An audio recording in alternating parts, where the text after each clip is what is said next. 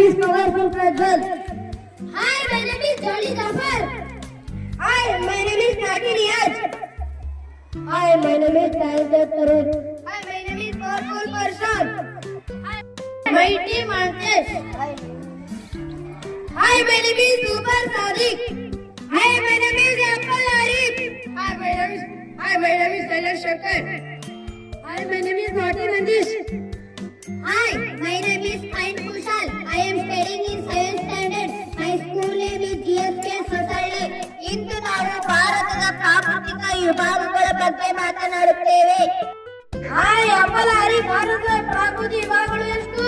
4 ವಿಭಾಗಗಳು. Hi, Powerful Person ಅವು ಯಾವ್ಯಾವು? ಉತ್ತರದ ಪರ್ವತಗಳು, ಉತ್ತರದ ಮೈದಾನಗಳು, ಪರ್ಯಾಯ ಪ್ರಸ್ಥಭೂಮಿ, ಕರಾವಳಿ ಮೈದಾನಗಳು. ಹಾಯ್ ನಟೇಶ್, ಉತ್ತರ ಪರ್ವತಗಳ ಬಗ್ಗೆ ಹೇಳು.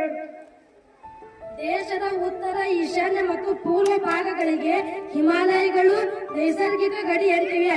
ಪ್ರಪಂಚದಲ್ಲಿ ಅತ್ಯಂತ ಎತ್ತರವಾದ ಪರ್ವತಗಳು ಹಿಮದಿಂದ ಆವೃತವಾಗಿವೆ.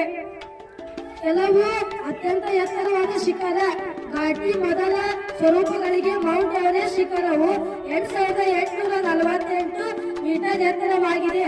ಭಾರತದ ಅತ್ಯಂತ ಎತ್ತರವಾದ ಶಿಖರ ಮೌಂಟ್ ಗಾಡ್ವಿನ್ ಆಸ್ಟಿನ್. ಉತ್ತರ ಪರ್ವತಗಳು. ಉತ್ತರ ಮೈದಾನ ಬಗ್ಗೆ ಹೇಳು. ಉತ್ತರದ ಪರ್ವತಗಳು ಪರ್ಯಾಯ ಪ್ರಸ್ಥಭೂಮಿ, ಇವು ಎರಡರ ಮಧ್ಯೆ ಇರುವುದು ಉತ್ತರದ ಮೈದಾನ.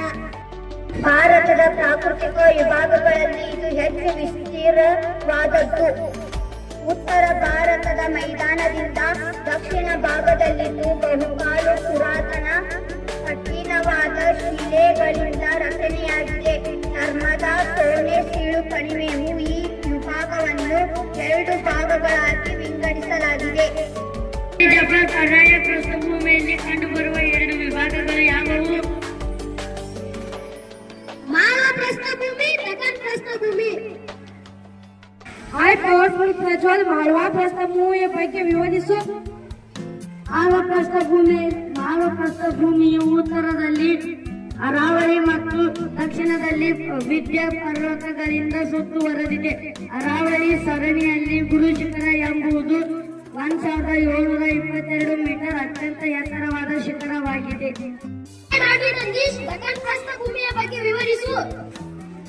ಉತ್ತರದಲ್ಲಿ ಸಾತ್ಪುರ್, ಮೈಕೇಲ್, ಅಮರಕಂಟಕ ಮತ್ತು ರಾಜ್ ಮಹಲ್ ಬೆಟ್ಟಗಳು, ಪಶ್ಚಿಮದಲ್ಲಿ ಪಶ್ಚಿಮದ ಘಟ್ಟಗಳು, ಪೂರ್ವದಲ್ಲಿ ಪೂರ್ವ ಘಟ್ಟಗಳಿಂದ ಸುತ್ತುವರೆದಿದೆ. ಅಣ್ಣಾಮಲೈನಲ್ಲಿರುವ ಅಣ್ಣೈಮುಡಿ ಎಂಬುದು ದಕ್ಷಿಣ ಭಾರತದ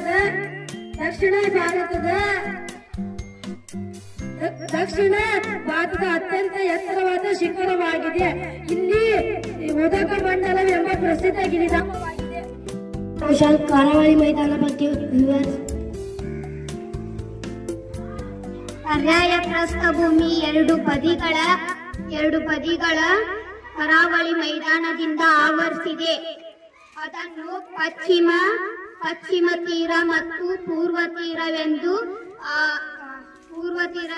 ಆವರಿಸಲಾಗಿದೆ.